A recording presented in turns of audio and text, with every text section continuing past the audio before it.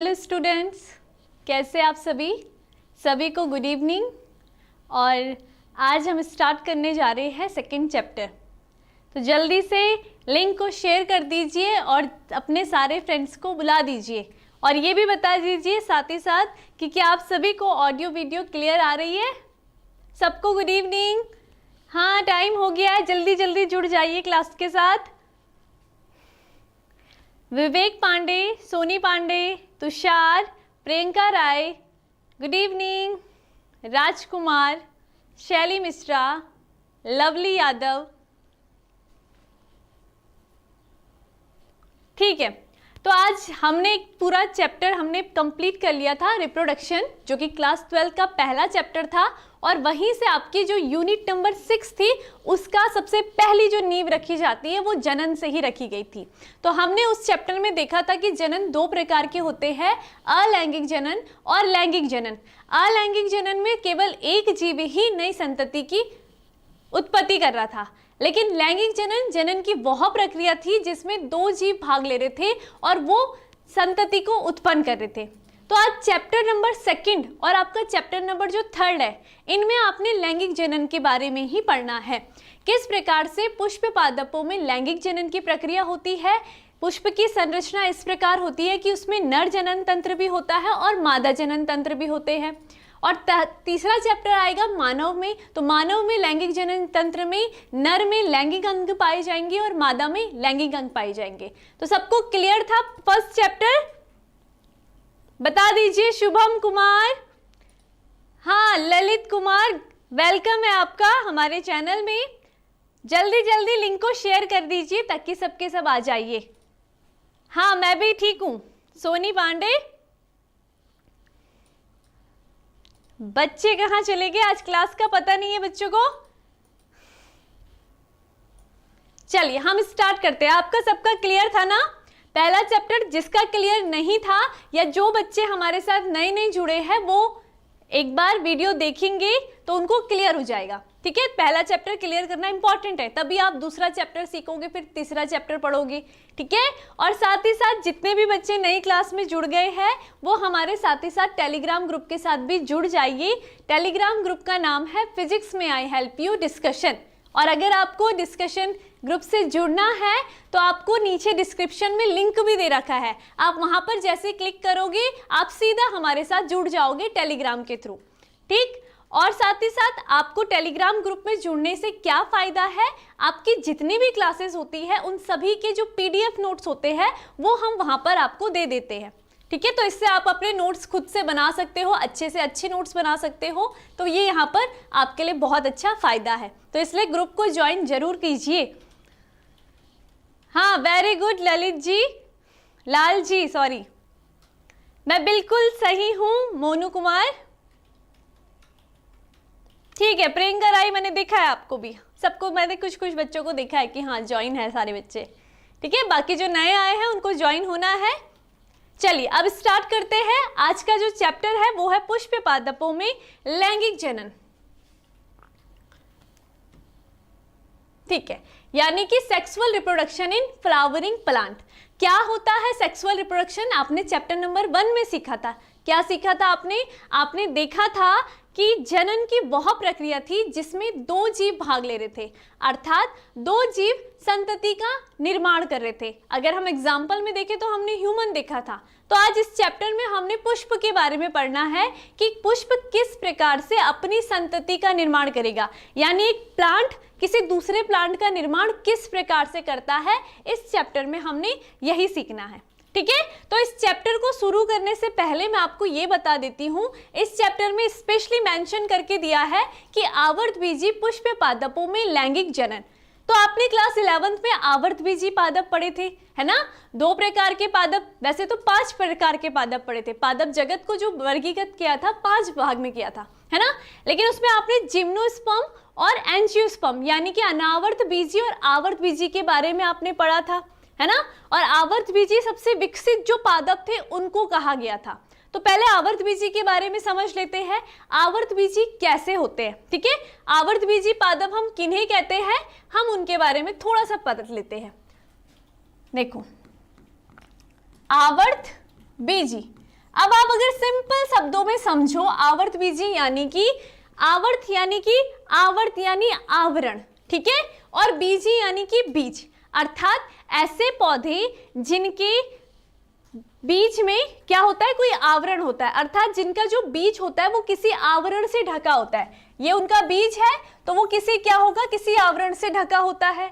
अब ये बीज आवरण क्या हो सकता है, ये तो फल हो सकता है ना, या बीज पत्र हो सकता है। जैसे हम चने में देखते हैं तो चने में आपने आवरण देखा है तो वो क्या है, बीज पत्र है ना।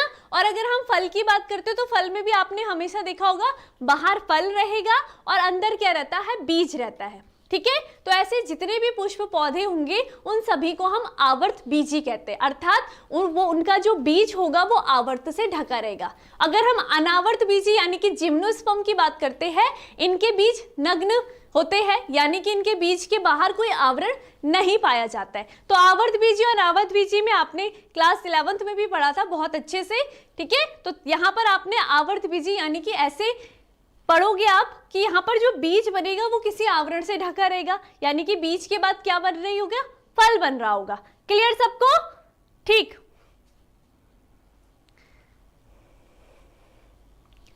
अच्छा, सोनी पांडे कह रहे हैं कि लिंक को ज्वाइन नहीं कर पा रहे हो, तो आपको क्या करना है, टेलीग्राम ग्रुप में ऊपर से आप डाल दो फिजिक्स में I help you discussion name, ठीक है, तब आप ज्वाइन हो जाओगे। सर्च करना है ऊपर फिजिक्स में I help you discussion name से, तो आप डायरेक्ट वहां जुड़ जाओगे। क्लियर, ठीक है सबको। Good evening Indian killer Nandita Rao, ठीक, ये वाली बातें आपको समझनी है। अब देखो, अब मैं आपको एक बात बताती हूं, अब जब भी पढ़ते हो ना, कोई भी चैप्टर जब स्टार्ट करते हो उससे पहले आप उसका ओवरव्यू देख लो कि आपको इस चैप्टर के अंदर क्या क्या पूछा गया है। जैसे हमने जनन वाले चैप्टर में देखा था कि उसमें अलैंगिक जनन था, लैंगिक जनन था, उसके बाद लैंगिक जनन की प्रवस्थाएं हम पढ़ रहे थे, ठीक है। तो हम पुष्प पादपों में भी कुछ इस तरह से पहले ओवरव्यू ले लेते कि हमने इस चैप्टर में कौन कौन से इंपॉर्टेंट क्वेश्चंस को पढ़ना है, या ऐसे इंपॉर्टेंट जो इस चैप्टर में दिए गए हैं, ठीक है। तो सबको पता है कि हमने लैंगिक जनन की 3 प्रवस्थाएं पढ़ी थी, निषेचन पूर्व प्रवस्था, निषेचन और निषेचन पश्चात अवस्था, ठीक है। इतनी बात क्लियर थी। अब इस चैप्टर में आपने क्या क्या पढ़ना है पहले हम इसको बता देती हूं मैं आपको, ठीक है। सबसे पहले आप देखोगे पुष्प की संरचना देखोगे, ठीक है। पुष्प की आप संरचना देखोगे, इसके अंदर आप देखोगे नर जनन अंग, ठीक है, जहां पर क्या होगा, नर युग्मक का निर्माण हो रहा होगा, और मादा जनन अंग, जहां पर मादा युग्मक का निर्माण होगा, ठीक है। नर जनन अंग से नर युग्मक का निर्माण, मादा जनन अंग से मादा युग्मक का निर्माण, ठीक है। अब जब युग्मकों के निर्माण हो जाएंगे उस प्रोसेस को भी आप पढ़ोगे, उसके बाद आप पढ़ोगे परागण की क्रिया, है ना, स्थानांतरण होता है, ये कौन सी होगी, निषेचन पूर्व अवस्था में, यहाँ पर युग्मक जनन की क्रिया हो जाएगी। उसके बाद अगर हम स्थानांतरण की बात करेंगे तो हम पौधों में पढ़ते हैं परागण की क्रिया, यानी कि पॉलिनेशन, परागण की क्रिया, है ना, ठीक है। दूसरा, तीसरा, चौथा परागण की क्रिया पढ़ते हैं, ठीक है। अब क्या हो गया, नर युग्मक मादा युग्मक के पास आ गया, अब यहाँ पर क्या हो जाएंगे, ये संलयित होंगे, तो वहां पर हम क्या पढ़ेंगे, उसको निषेचन की अवस्था, ठीक है। निषेचन पढ़ोगे आप। निषेचन के बाद आप क्या पढ़ोगे, जैसे निषेचन हो गया उसके बाद क्या बनता है, युग्मनज बनता है, युग्मनज से भ्रूण बन जाएगा। तो यहां पर आप देखोगे कि युग्मनज और किसकी अवस्था, भ्रूण देखोगे, ठीक है, ये देखोगे।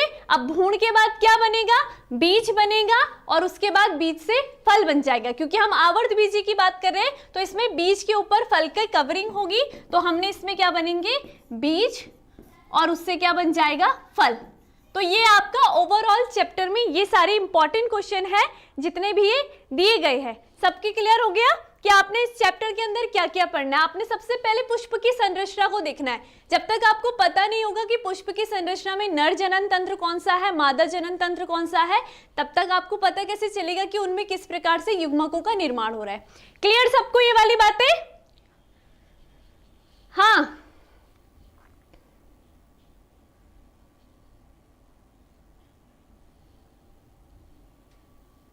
ठीक। चले आगे चले।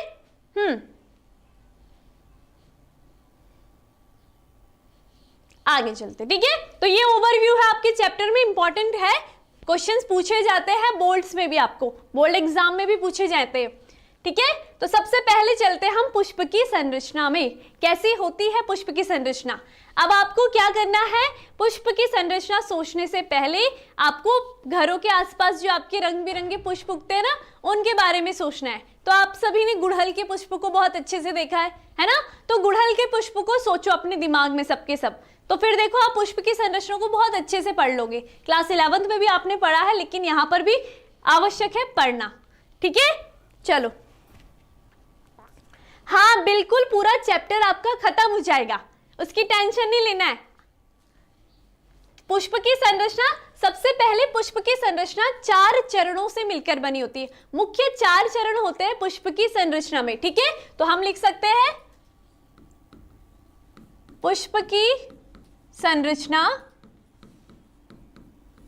4 प्रमुख चरणों से मिलकर बनी होती है।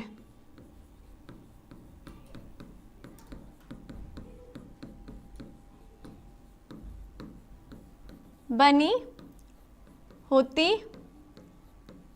है, ठीक है। अब हम सीधा डायग्राम से समझेंगे कि पुष्प की संरचना कैसी होगी, तो अच्छे से बनाएंगे फिर पुष्प की संरचना को भी।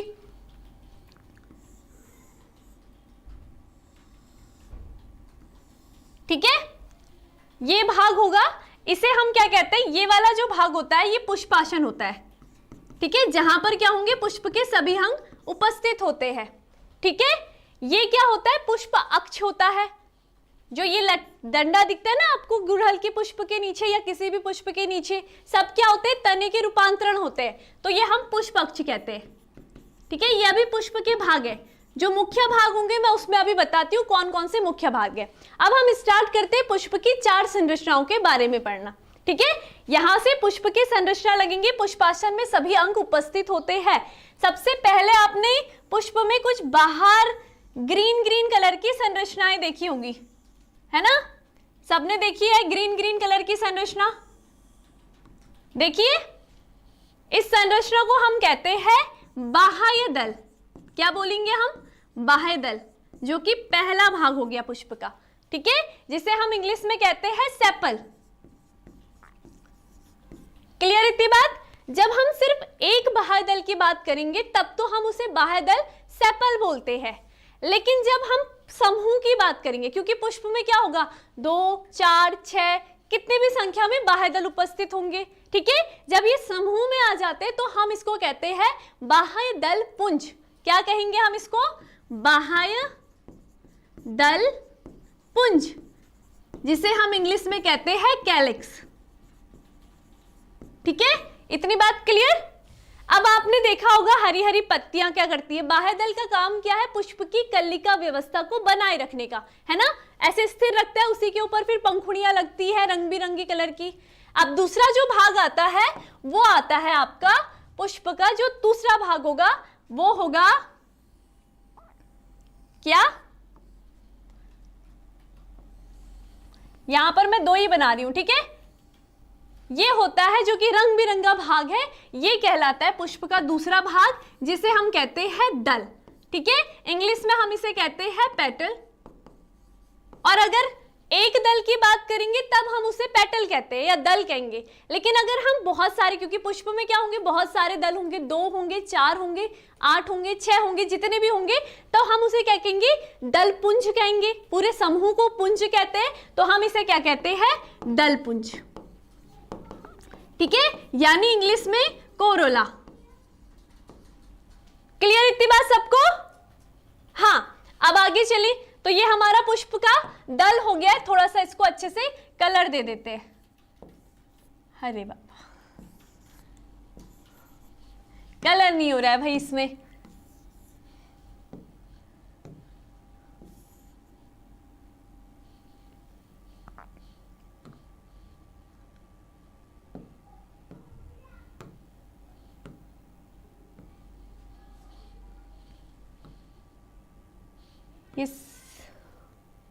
ठीक है, चलो देखते, इसमें हो नहीं रहा है, कोई बात नहीं, पेनी से कर देते हैं।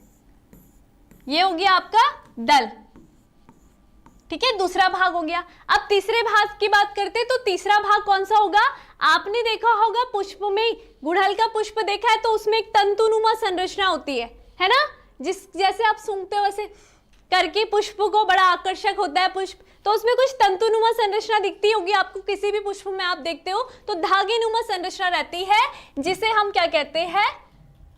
पुंकेसर, ठीक है, हम इसे क्या कहते हैं? इस प्रकार से, ये कौन सी संरचना होगी आपकी?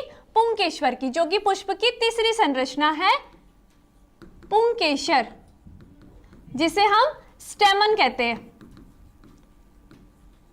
ठीक है।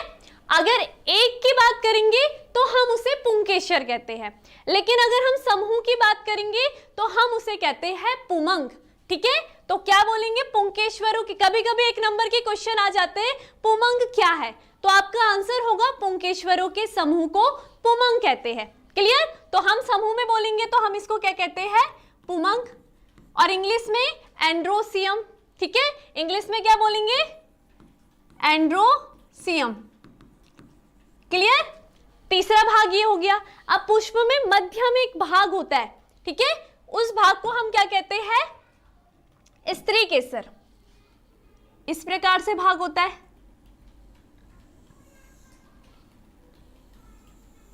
ठीक है, ये इस प्रकार से भाग। तो ये जो भाग होता है इसे हम कहते हैं स्त्री केसर, या फिर इंग्लिश में हम इसे क्या कहेंगे? पिस्टल कहते हैं, ठीक है, या फिर हम इसको कार्पल भी कहते हैं इंग्लिश में, ठीक है। जब हम एक की बात करेंगे तो हम उसे स्त्री केसर कहेंगे, लेकिन अगर हम समूह की बात करेंगे, किसी पुष्प में 2 होंगे, किसी में 4 होंगे, तो हम उसको क्या कहते हैं? तब हम कहेंगे उसको जायांग, ठीक है। क्या बोलेंगे हम? जायांग, यानी कि इंग्लिश में हम गाइनोसियम कहते हैं। क्लियर सबको ये बात है कि 4 पुष्प के जो भाग थे, आपको उन सबको पता चल गया कि कहां कहां पर स्थित है वो सभी? जल्दी बता दो कमेंट करके, बताओ, ये चारों भाग सबको पता चल गया? पुष्प का जो सबसे बाहरी भाग होता है, हरे कलर की संरचना है, उसे हम कहते हैं बाह्यदल, जिसका काम होता है पुष्प की कलिका व्यवस्था को बनाए रखना। दूसरा भाग आता है दल। दल का क्या काम है? आप सभी को पता है कि पुष्प में रंग बिरंगे कलर के दल पाए जाते हैं। इनका काम होगा आगे जब परागण की क्रिया होती है तो कीटों को आकर्षण करने का काम, क्योंकि मधुमक्खी या कोई भी कीट होगा वो पुष्प के रस को चूसने के लिए पुष्प के ऊपर जाती है, ठीक है। तो वो कीट आप परागण क्रिया में देखोगे कि किस प्रकार से परागण क्रिया में वो कीट सहायता करेंगे। क्लियर इतनी बात? उसके बाद आता है पुंकेश्वर। तो पुंकेश्वर क्या है? याद रखोगे सबके सब, जो तंतुनुमा संरचना है पुंकेश्वर, वो पुष्प का नर जननांग भाग होता है, अर्थात यहां पर नर युग्मक का निर्माण होगा। क्लियर? पुंकेश्वर पुष्प का नर जननांग भाग, ठीक। तीसरा हो गया। अब चौथे की जो मध्य भाग में स्थित होती है उसे हम स्त्री केसर कहते हैं, जो कि पुष्प की मादा जननांग संरचना होती है और जहां पर मादा युग्मक का निर्माण होता है। किस किस को क्लियर हो गया? बताओ, जल्दी जल्दी बताओ। सिलेबस आपका हो जाएगा, आप चिंता मत कीजिए, कोशिश रहेगी कि आपको जितना इंपॉर्टेंट होगा सारा जल्दी से जल्दी कवर करा दिया जाए, ठीक है, क्योंकि आपकी रिवीजन सीरीज भी चलेगी। फिर आपको मैंने कहा ना नींव रखना है, उसके बाद मकान, तो फिर उसके बाद रिवीजन जल्दी स्टार्ट करेंगे हम, ठीक है। मिंटू क्लास अभी आपकी 1 हफ्ता हो गया है, एक चैप्टर आपका कंप्लीट हो गया है। ठीक है, सब कह रहे क्लियर है, तो चलते हैं फिर हम आगे, ठीक है। चलो, ये संरचना याद रखना है आपको, मेन संरचना याद रखनी है पुंकेश्वर और स्त्री केसर की, जो कि पुष्प का नर जननांग भाग यानी नर युग्मक का निर्माण करेगा और मादा जननांग संरचना स्त्री केसर मादा युग्मक का निर्माण करेगी। अब एक क्वेश्चन आ सकता है, कभी कभी कॉम्पिटिटिव एग्जाम में आता है, पुष्प के 4 भाग थे, इनमें से आपके जो 2 भाग होते हैं ये पुष्प के सहायक भाग होते हैं और 2 भाग आपके आवश्यक भाग होते हैं, ठीक है। तो यहां पर मैं लिख देती हूं सहायक अंग किसके? पुष्प के, ठीक है, और कुछ 2 कौन से होते हैं? आवश्यक अंग। अब अगर सहायक अंग की बात करें तो पुष्प के जो सहायक अंग होते हैं वो आपके होते हैं बाह्यदल और दल। ठीक है, तो सहायक अंग में कौन आ जाएंगे, बाह्य दल, और दल जो होगा ये आपका पुष्प का सहायक अंग होते हैं। ठीक है, आवश्यक अंग कौन कौन से होंगे, आपका जो पुंकेसर होगा, ठीक है, जो कि पुष्प की नर जननांग संरचना, पुंकेसर क्या है, नर जननांग संरचना, और स्त्री केसर क्या है, मादा जननांग संरचना है। ठीक है, मादा जननांग संरचना। अब यहां पर सहायक और आवश्यक क्यों बोले हैं इसको भी समझ लो। सहायक यानी कि सहायता कर रहा है, ये किसके लिए, बाह्य दल क्या कर रहा है, पुष्प की कलिका अवस्था को बनाए रख रहा है। ठीक है, उसी के ऊपर फिर और अंग लग रहे हैं ना, उसके बगल से ऐसे साइड में वो खड़ा है और बाकी आगे ये सारे अंदर को लगे हुए है ना। तो यहाँ पर ये क्या है, सहायता कर रहे हैं पुष्प की कलिका व्यवस्था को बनाने के लिए। और दल का काम है परागण के समय में ये कीटों को आकर्षक करने का काम करता है अपने रंगों से। जैसे आपको रंग पसंद है तो आप भी कहीं ना कहीं आकर्षित हो जाते हो, आहा, है ना। तो वैसे कीट भी फूलों के रस को चूसने के लिए अच्छे से अच्छे फूलों में बैठना पसंद करते हैं। ठीक है, ताकि उन्हें मीठा मीठा रस मिल जाए। ठीक, अगर आवश्यक अंग की बात कर रहे हैं तो आवश्यक अंग यही वो अंग है जो कि पुष्प के लैंगिक अंग होते हैं। ठीक है, तो इनको हम दूसरा नाम देंगे लैंगिक अंग, जो कि पुष्प के कौन से है, पुंकेश्वर और स्त्री केसर। पुंकेश्वर का क्या काम होगा, पुंकेश्वर नर जननांग भाग है, तो इसका काम होगा पुष्प के नर युग्मक का निर्माण करना। ठीक है, क्योंकि आप देखते हो फर्टिलाइजेशन होगा तो यहाँ पर नर युग्मक की आवश्यकता होगी। स्त्री केसर का काम है मादा युग्मक का निर्माण करना, यानी कि ये क्या करेगी, मादा युग्मक का निर्माण करेगी। क्लियर, हाँ बिल्कुल बिल्कुल, और शेयर जरूर कीजिए क्योंकि बच्चे थोड़े कम लग रहे हैं या तो पता नहीं उन्हें क्लास का आज। ठीक है, चलो इतनी बात क्लियर। तो ये पुष्प की संरचना आपके दिमाग में बैठ गई, आपको दिमाग में याद रखना है पुंकेश्वर और स्त्री केसर का। चलो आगे चलते।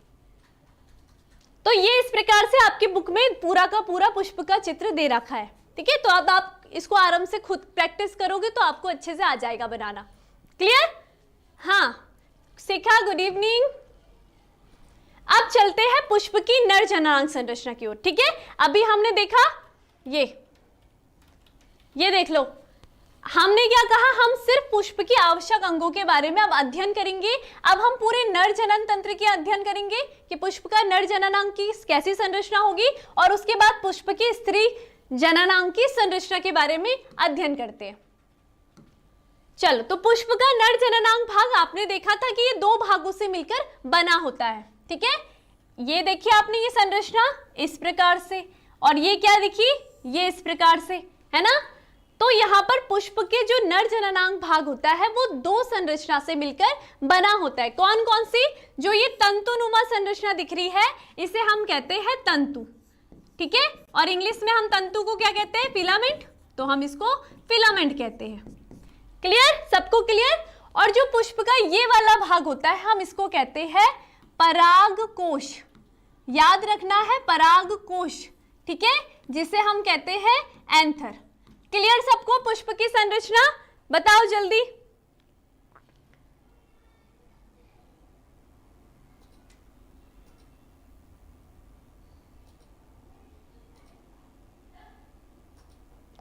हाँ नंदिता, देखो अभी जितना मैंने आपको फर्स्ट चैप्टर में पढ़ा लिया है उससे ही पूछा जाता है बोर्ड में। ठीक है, जब हमारी रिवीजन सीरीज चलेगी ना तो फिर मैं आपको उसके अंदर जो और इंपॉर्टेंट जितने भी होंगे वो सारे बताऊंगी। ठीक, समझ गए। अभी अपने कॉन्सेप्ट क्लियर करो पहले।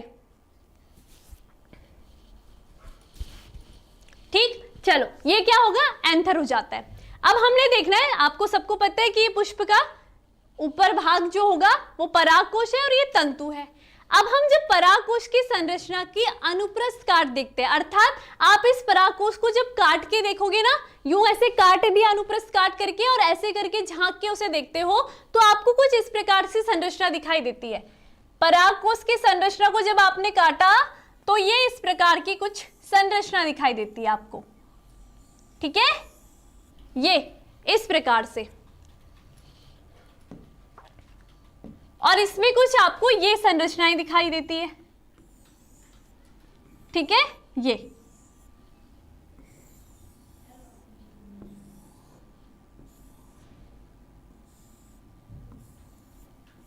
इस प्रकार की कुछ संरचनाएं दिखाई देती है। तो आप देखोगे जो परागकोश होता है वो दो पालियों से मिलकर बना होता है। एक पाली आपको ये वाली साइड दिख रही है, ठीक है, एक पाली ये है और दूसरी पाली ये है। जब आपने अनुप्रस्थ काट करी, अनुप्रस्थ काट करने पर आपको कितनी पालियां दिखी? दो पालियां दिखी, ठीक है। इसलिए परागकोश को द्विपाली भी कहते हैं, द्विपालिका या द्विपाली या संरचना भी बोलते हैं, ठीक है। तो ये भी बात ध्यान रखनी है। अब इन पाली में आप देखोगे प्रत्येक पाली में दो दो कोष्ठ पाए जा रहे हैं, ठीक है।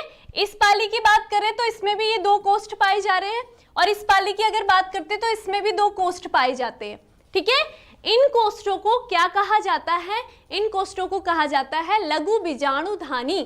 क्या कहा जाता है? लघु बीजाणुधानी, ठीक है। और इंग्लिश में माइक्रोस्पोरेंजियम, माइक्रोस्पोरेंजियम, ध्यान रखोगे, ठीक है। तो यहां पर हम ये कहेंगे कि परागकोश की अनुप्रस्थ काट करने पर यह देखा गया कि पुष्प की जो परागकोश होता है वो दो पालियों से मिलकर बना होता है और उन दो पालियों के अंदर चार कोष्ठ पाए जाते हैं। इन कोष्ठ को हम कहते हैं लघु बीजाणुधानियां, ठीक है। और अगर क्वेश्चन 1 नंबर के लिए ये भी आ सकता है, ये दोनों पालियां आपस में किसके द्वारा जुड़ी होती है? तो यहां पर लिखोगे आप संयोजी ऊतक के द्वारा, ठीक है। संयोजी ऊतक के द्वारा ये आपस में जुड़ी होती है, ठीक है। कनेक्टिव टिश्यू, कनेक्टिव यानी कि जो कनेक्ट कर रहा है, तो वो दो पालियों को कनेक्ट करने का काम करता है कौन? संयोजी ऊतक, ठीक है। परागकोश की दो करेगा कनेक्टिव टिश्यू। क्लियर सबको इतनी बात? ठीक। अब आपको पता होगा कि यहाँ पर जो लघु बीजाणुधानी होती है, अब जब प्रोसेस पढ़ोगे आप तो इसके अंदर ही क्या होंगे? आपके जो लघु बीजाणु होते हैं उनका निर्माण होता है, ठीक है। इन लघु बीजाणुओं के अंदर क्या होगा? लघु बीजाणुओं का निर्माण होता है, लघु बीजाणु, या आप इसको कह सकते हो परागकण, ठीक है। यहां पर इंग्लिश में बोलोगे पोलन सेक या पोलन ग्रेन, पोलन सेक। क्लियर इतनी बात? तो यहां पर लघु बीजाणुधानी के अंदर लघु बीजाणु यानी कि परागकणों का निर्माण होता है और यही जो परागकण होते हैं ये पुष्प के नर युग्मक होते हैं, नर युग्मक यानी मेल गैमेट होते हैं और यही आगे निषेचन की प्रक्रिया में मादा के साथ संलयित होते हैं, तो तब जाकर के युग्मनज का निर्माण होता है। किस किस को क्लियर हो गई मेल गैमेट की, वो मेल रिप्रोडक्टिव ऑर्गन के बारे में? जल्दी बताओ। क्लियर सबको? एक और बार समझाऊं। जब आपने परागकोश की संरचना देखी, सबसे पहले आपने पुंकेश्वर की संरचना देखी, तो पुंकेश्वर की संरचना दो भागों से मिलकर बनी होती है, परागकोश और तंतु, ठीक है। परागकोश में देखा आपने जब अनुप्रस्थ काट करी तो परागकोश दो पालियों से मिलकर बना होता है और ये पालियां आपस में संयोजी ऊतक के द्वारा जुड़ी होती है। प्रत्येक पाली में दो कोष्ठ पाए जाते हैं, ठीक है। इस पाली में भी दो कोष्ठ पाए गए, इस पाली में भी दो कोष्ठ पाए गए, ठीक है। इस प्रकार हम ये कह सकते हैं कि परागकोश में चार कोष्ठ पाए जाते हैं, अर्थात अगर एक परागकोश की बात करेंगे तो उसमें चार लघु बीजाणुधानी पाई जाती है, ठीक है। एक परागकोश में कितनी? चार लघु बीजाणुधानियां पाई जाती है।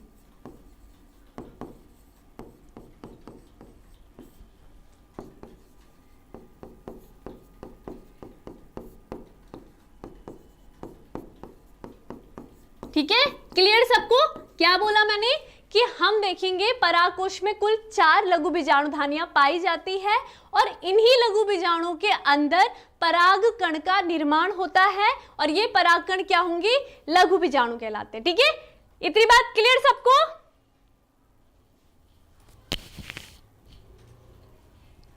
बताइए जल्दी जल्दी। क्लियर? नर जनन की अगर संरचना आएगी तो आपको क्लियर हो जाना चाहिए, ठीक है। जब हम लघु बीजाणु जनन पढ़ेंगे यानी कि युग्मक जनन की प्रोसेस जब हम पढ़ेंगे तो हम देखेंगे किस प्रकार से ये लघु बीजाणुधानी होगी, ये आगे चल करके परागकण का निर्माण करेगी। क्लियर? तो वो हम एक अलग से प्रोसेस पढ़ते हैं, थोड़ी लंबी प्रोसेस है, उसको भी हम क्लियर करेंगे। अभी जो मेन फोकस आपको करना है वो संरचना में करना है कि नर जनन तंत्र की पुष्प की कैसी संरचना होती है। क्लियर? हाँ बिल्कुल रामादू पे, ठीक है, सब कह रहे क्लियर है। ठीक है, तो हमने दो संरचनाएं देख ली। चलिए अब आगे चलते, आगे कहाँ चलेंगे? अब नर की देख ली हमने, अब हम मादा की संरचना की बात करते हैं। ठीक है, तो मादा संरचना अगर हम देखते हैं, ये देखो आपके डायग्राम दे रखा है। ठीक है, अच्छा एक और बात यहां पर याद रखना है, ठीक है, ये वाला ध्यान रखना है आपको, ये वाला जो तंतु का ये वाला सिरा जो होगा ये आपका दूरस्थ सिरा होता है। ठीक है, दूरस्थ सिरा होगा तंतु का, तंतु है ये दूर का एरिया होता है, और नीचे वाला जो होता है ये समीपस्थ स्थल होता है। ठीक है, या सिरा बोल दो, बस इतनी बात ध्यान रखनी है। ये नीचे वाला भाग समीपस्थ स्थल और ऊपर वाला जो भाग होता है ये दूरस्थ सिरा होता है। क्लियर? और किसका होता है याद रखना, फिलामेंट का होता है। तो एक एक नंबर में शायद पूछा जा सके। ठीक है, तो याद रखना आपको। अब आगे चले, तो ये आपकी पुंकेश्वर की संरचना दे रखी है इतने प्रकार से, ये अच्छे से बना है परागकोश, और इसको काट करके अनुप्रस्थ काट यानी कि यू में काटना है आपको, है ना, जैसे कि ऐसे गर्दन को काट दोगे तो उसके बाद अगर झांक के देखोगे तो आपको दिखेगा फूट पाइप दिखेगी आपको, यहाँ पर विंड पाइप दिखेगी, है ना, यूं करके झांकोगे जब गर्दन के अंदर, तो उसी प्रकार से अनुप्रस्थ काट भी क्या होता है, इस प्रकार से काट देना। और फिर ऊपर से देखोगे तो ये 4 लघु बीजाणु धानियां दिखती है। क्लियर सबको? ठीक है, बहुत इजी वर्ड में मैं आपको, आपके दिमाग में बैठ जाए बातें इसलिए बता रही हूँ। ठीक है, चल आगे चले। अब हम किसकी संरचना देखेंगे? पुष्प की मादा जननांग की संरचना। तो आपने देखा कि पुष्प की मादा जननांग की संरचना कुछ इस प्रकार थी, इस प्रकार से थी ना, इससे भी अच्छी थी वैसे।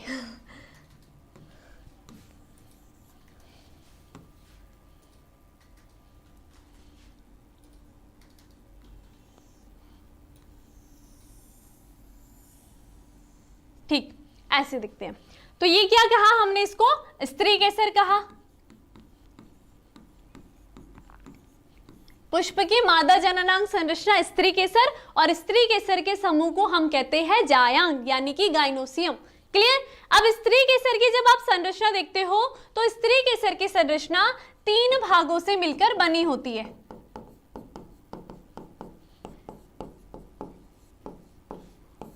बनी होती है। कौन कौन से भाग होंगे?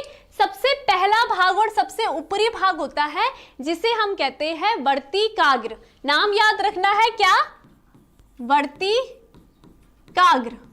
ठीक है, दूसरा जो भाग होता है उसे हम कहते हैं वर्तिका। इसको हम क्या बोलेंगे इंग्लिश में? स्टिग्मा। ठीक है, और स्टिग्मा का मतलब होता है गोंद जैसा होता है ना, इसलिए उसका नाम, क्योंकि यहाँ पर आप जब संरचना देखते हो तो कुछ गोंद गोंद सी संरचना दिखती है। अब ये गोंद संरचना क्यों होती है? जब परागण की क्रिया हम देखेंगे, परागकण जब उड़ करके आते हैं ना तो वो उस गोंद वाली संरचना में चिपक जाते हैं, क्योंकि उनको यहाँ रहना भी जरूरी है। यहाँ पर अगर गोंद जैसी संरचना नहीं होगी तो परागकण जैसी दोबारा हवा चलेगी वो यहाँ से उड़ करके फिर आगे चले जाएंगे। ठीक है, तो स्टिग्मा का होना यानी कि यहाँ पर आपने पुष्प में भी बहुत बच्चों ने देखा होगा कि वहां पर कुछ पुष्प में ऐसे गीली गीली सी संरचना लगती है, तो जब भी आप टच करते हो तो आपको पता चल जाएगा वो स्टिग्मा है। ठीक है, और अगर आप जब पुंकेश्वर वाली संरचना देखते हो ना, तंतुनुमा संरचना, तो पुष्पों के ऊपर आपको हाथ में पाउडर पाउडर सा लगता है, वो परागकण होते हैं, है ना, वो पाउडर से। तो बहुतों को पाउडर से वो एलर्जी भी होती है, तो वो भी आप पढ़ोगे। क्लियर इतनी बात? तो जो यानी कि जो पाउडर फॉर्म है वो पुष्प के परागकण है, वो इतने हल्के होते हैं कि हवा के साथ बह जाते हैं, पानी के साथ बह जाते हैं। ठीक है, वो परागण की क्रिया में पढ़ोगे। लेकिन यहाँ पर स्टिग्मा होना बहुत जरूरी है, क्योंकि यहीं पर आकर के अगर यहाँ पर थोड़ा सा चिपचिपापन के कारण ही परागकण यहाँ पर रुक जाता है, वरना दोबारा हवा चलेगी तो वो फिर से उड़ जाएगा। क्लियर? तो इसलिए उसका नाम क्या दे रखा है? स्टिग्मा। सबको क्लियर ना? थोड़ा थोड़ा उसके पीछे नाम क्यों दे रखे हैं, इसलिए वो बातें भी ध्यान रखो। अब वर्तिकाग्र को इंग्लिश में कहते हैं स्टाइल। ठीक है, बड़ी स्टाइलिश है ये, ऐसी पतली सी, है ना। अब इसके बाद जो तीसरी संरचना होती है ये होता है पुष्प का अंडाशय। अंडाशय यानी कि ओवरी, और यही आगे चल करके फल में बदलता है। क्लियर इतनी बात? सबको क्लियर ना? तीन भागों से मिलकर बना है, वर्तिकाग्र, वर्तिका और अंडाशय। क्लियर, ठीक है, प्रमुख तीन भाग है। अब अंडाशय की अगर हम बात करते हैं तो अंडाशय के अंदर बीजांड पाया जाता है। क्या पाया जाएगा? बीजांड। इस प्रकार की कुछ संरचना दिखती है,